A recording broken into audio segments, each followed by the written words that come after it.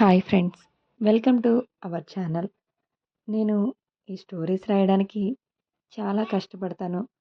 నా కష్టానికి తగిన ఫలితం ఉంటే నాకు హ్యాపీగా అనిపిస్తుంది. స్టోరీని చదివిన తర్వాత ఎలా అనిపించిందో చిన్న కామెంట్ ఇవ్వండి.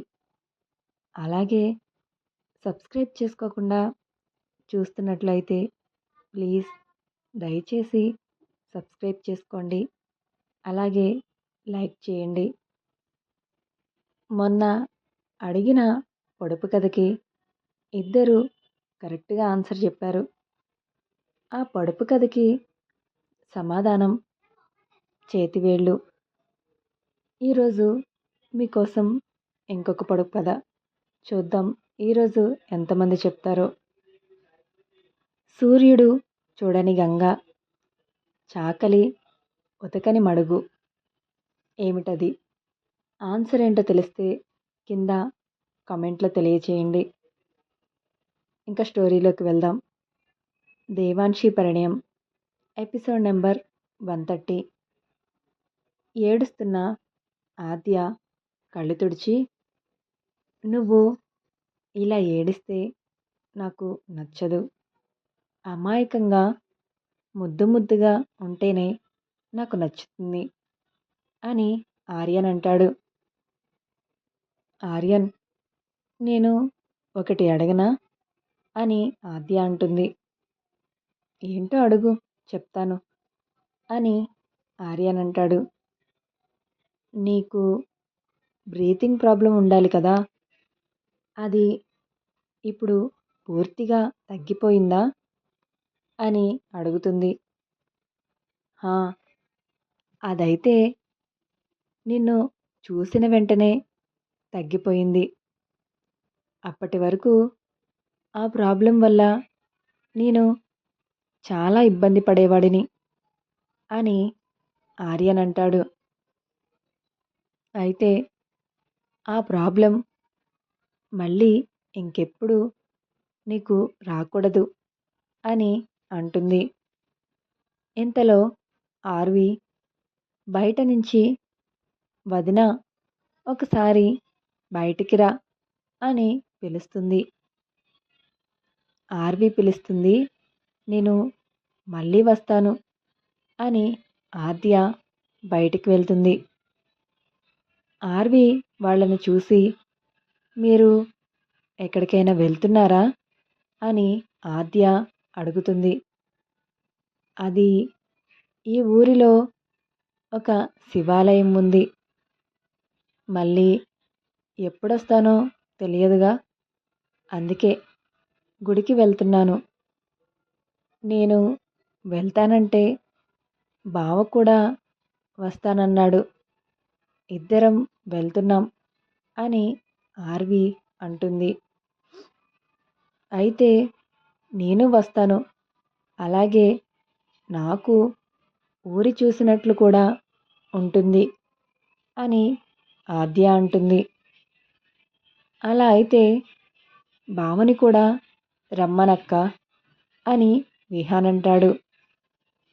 మీ బావ వద్దులే విహాన్, మళ్ళీ డ్రైవింగ్ చేయాలిగా, కాసేపు రెస్ట్ తీసుకుంటారులే, మనం వెళ్దాం, టైం లేదు, రండి అని వాళ్లతో పాటు ఆద్య కూడా వెళ్తుంది. ఆద్య వచ్చిందని ఫోన్ కట్ చేసిన ఆర్యన్ ఆద్య బయటికి వెళ్ళడంతో మళ్ళీ ఫోన్ చేసి వాళ్లతో తను కొత్తగా స్టార్ట్ చేయబోయే కంపెనీ గురించి మాట్లాడుతూ ఉంటాడు. గుడికి వెళ్ళిన ఆద్య, ఈ టెంపుల్ భలే ఉంది విహాన్, నువ్వు ఆర్వి కలిసి దర్శనానికి వెళ్ళండి, ఇక్కడ వ్యూ చాలా బాగుంది, నేను కాసేపు ఈ గుడి చుట్టూ తిరిగి చూసి వస్తాను అని అంటుంది. ఎందుకక్క, నువ్వు కూడా మాతోనే కలిసిరా అని విహాన్ అంటాడు. పర్వాలేదు విహాన్, నేను ఎక్కడికి వెళ్ళనుగా, గుడి చుట్టూరే తిరిగి చూసి త్వరగా వచ్చేస్తాను అని అంటుంది. సరే, జాగ్రత్త అక్క, ఎటూ వెళ్ళకు, త్వరగా వచ్చేయ్ అని విహాన్ అంటాడు. ఆద్య ఆ గుడిలో అడుగుపెట్టిన వెంటనే తన మనసుకి కొంచెం ఆందోళనగా అనిపించినా ఆ గుడి ప్రాంగణం తనని అట్రాక్ట్ చేయడంతో చూడడానికి వెళ్తుంది. అలా వెళ్తున్న ఆద్య తనకి తెలియకుండానే ఆ రోజు సంఘటన జరిగిన స్థలానికి వెళ్తుంది. అక్కడ ఆ ప్లేస్ అంతా చూస్తున్న ఆద్యకి తల మొత్తం తిరుగుతున్నట్లు నొప్పి అనిపిస్తూ ఉంటుంది.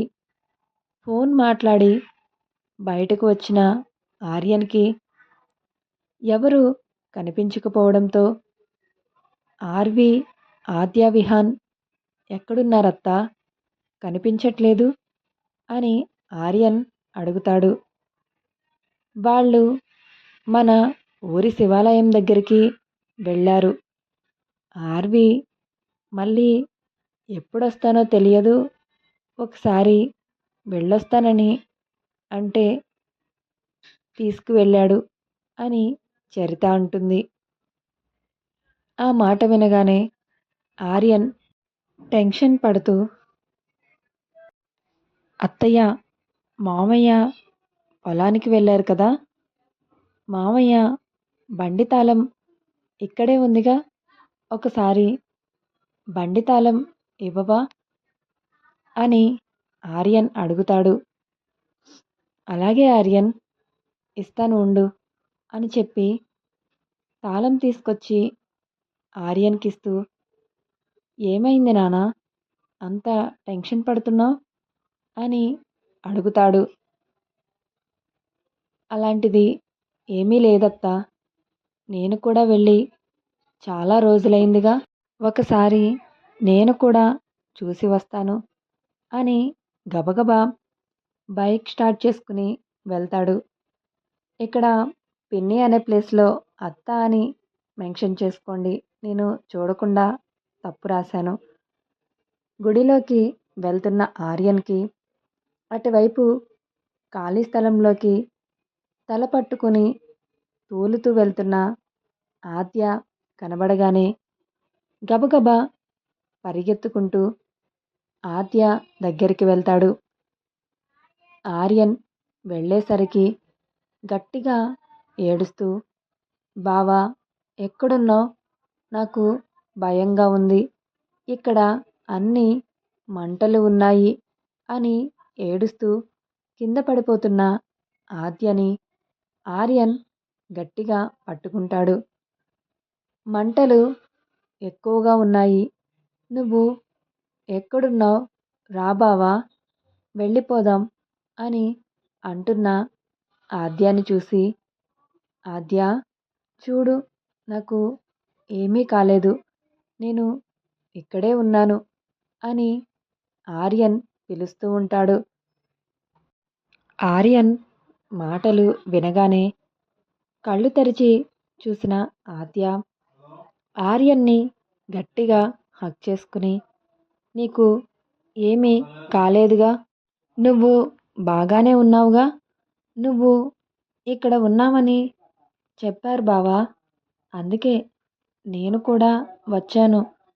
ఈ మంటలు చూసి నాకు చాలా భయం వేసింది, నీకు ఏమైనా అయ్యిందేమో అని, నువ్వు బాగానే ఉన్నావుగా అని ఆర్యన్ ఒళ్ళంతా తడుముతూ గుండెల్లో తలదాచుకుని ఏడుస్తూ, నాకు తలంతా బాగా నొప్పిగా ఉంది బావా అని అంటూ ఊపిరి కష్టంగా తీసుకుంటున్న ఆర్యన్ చేతిలో స్పృహ తప్పి పడిపోతుంది.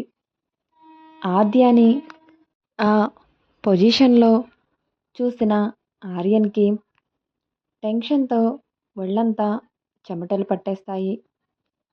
గబగబా ఆద్యాని ఎత్తుకుని కారు దగ్గరికి తీసుకువెళ్ళి లోపల కూర్చోబెట్టి ఏసీ ఆన్ చేసి ముఖం మీద వాటర్ చల్లుతాడు. నెమ్మదిగా కళ్ళు తెరిచిన ఆద్యాని చూసి ఆర్యన్ గుండెలకి హత్తుకుని, సారీరా, నిన్ను ఒంటరిగా వదిలినందుకు. నువ్వు వెళ్ళే ముందు నాకు ఒక్క మాట చెప్పాల్సింది అని ఆర్యన్ అంటాడు. ఆర్యన్, ఏమైంది నీకు? ఎందుకు బాధపడుతున్నావు? అయినా నువ్విక్కడికి ఎలా వచ్చావు? నేనెందుకు ఇక్కడ కారులో ఉన్నాను అని ఆద్య అడుగుతుంది. ఏమీ లేదురా, మీరంతా గుడికి వెళ్ళారని అత్త చెప్పింది. అందుకే నేను కూడా వచ్చాను. నేను వచ్చేసరికి నీకు ఎండ వల్ల కళ్ళు తిరిగినట్లు అనిపిస్తే తీసుకువచ్చి కారులో కూర్చోబెట్టాను అని ఆర్యన్ అంటాడు. ఆర్యన్, నాకు కళ్ళు తిరిగి పడిపోతేనే నువ్వు ఇంత కంగారు పడుతున్నావు. ఒకవేళ నాకు ఏమైనా అయితే అని ఆద్య అనగానే, అప్పుడు నన్ను కూడా నీతో తీసుకువెళ్ళిపో అని ఆర్యన్ అంటాడు. ఇంకోసారి అలా మాట్లాడుకు. నువ్వు ఎప్పుడు హ్యాపీగా ఉండాలి అని చెప్తూ తల మీద చెయ్యి పెట్టుకుని, నాకు తలంతా పట్టేసినట్లు ఉంది, బాగా నొప్పి పుడుతుంది అని ఆద్య అంటుంది. ఇలాంటి సిచ్యువేషన్ ఎప్పటికైనా వస్తుందని తెలిసే డాక్టర్ రాసిచ్చిన టాబ్లెట్స్ ఆర్యన్ తన దగ్గరే ఉంచుకోవడంతో వెంటనే ఆర్యన్ ఒక టాబ్లెట్ తీసి ఆద్యకి ఇస్తాడు. ఈ టాబ్లెట్స్ నీకు ఎక్కడివి ఆర్యన్ అని ఆద్య అడుగుతుంది. నాకు కూడా బాగా తలనొప్పిగా ఉందని తీసుకున్నాను. అవి నీకు ఉపయోగపడ్డాయి అని ఆర్యన్ అంటాడు. ఆ ప్లేస్ చూడగానే ఆద్యకి అప్పటి సంఘటనలు గుర్తు వచ్చి అలా బిహేవ్ చేసిందా? ఒకవేళ తనకి గతం గుర్తొచ్చి ఉంటే కళ్ళు తెరిచిన వెంటనే అడిగేదిగా. కానీ ఆద్య అలా ఏమీ అడగలేదు. అంటే తనకింకా పూర్తిగా గుర్తు రాలేదు అని ఆర్యన్ ఆలోచిస్తూ ఉంటాడు. ఆర్యన్, నన్ను వదులు, నేను ఎక్కడికి వెళ్ళనులే, రా, ఇద్దరం కలిసి వెళ్ళి దర్శనం చేసుకుందాం అని ఆద్య అంటుంది. సరే అని ఆద్య భుజం చుట్టూ చెయ్యి వేసి అటు ఇటు దిక్కులు చూడకుండా స్ట్రైట్గా చూసి నడువు, అర్థమైందా అని ఆర్యన్ అంటాడు. అవునా, అలా అయితే నన్ను ఎత్తుకో, ఎటూ చూడకుండా నీ ఫేస్ మాత్రమే చూస్తాను అని ఆద్య అనగానే వెంటనే ఆర్యన్ 2 చేతులతో లిఫ్ట్ చేస్తాడు. అయ్యో ఆర్యన్, నేను సరదాగా అన్నాను, నన్ను దించు, నేను నడుస్తాను అని ఆద్య అంటుంది. కాసేపు సైలెంట్గా ఉండు, గుడి లోపలికి వెళ్ళాక దించుతాను. అప్పటి వరకు నువ్వు ఎంత గింజుకున్నా నేను కిందకి దించును అని ఆర్యన్ అంటాడు. అప్పుడే దర్శనం చేసుకుని బయటికి వస్తున్న ఆర్వి విహాన్ ఆర్యన్ని చూసి, బావా, అక్కకి ఏమైంది? ఎందుకు ఎత్తుకుని తీసుకువస్తున్నావు అని అడుగుతాడు. మీ అక్కకి ఏమీ అవ్వలేదు. నువ్వు టెన్షన్ పడకు. వెళ్ళి కారులో కూర్చోండి. మేము ఇప్పుడే వస్తాము అని ఆద్యాని తీసుకుని గుడి లోపలికి వెళ్తాడు. ఇలాంటి మరిన్ని ఇంట్రెస్టింగ్ ఎపిసోడ్స్ కోసం మీరు నా ఛానల్ని సబ్స్క్రైబ్ చేయండి, లైక్ చేయండి, షేర్ చేయండి. స్టోరీ కనుక మీకు నచ్చితే కామెంట్ చేయండి. Thank you.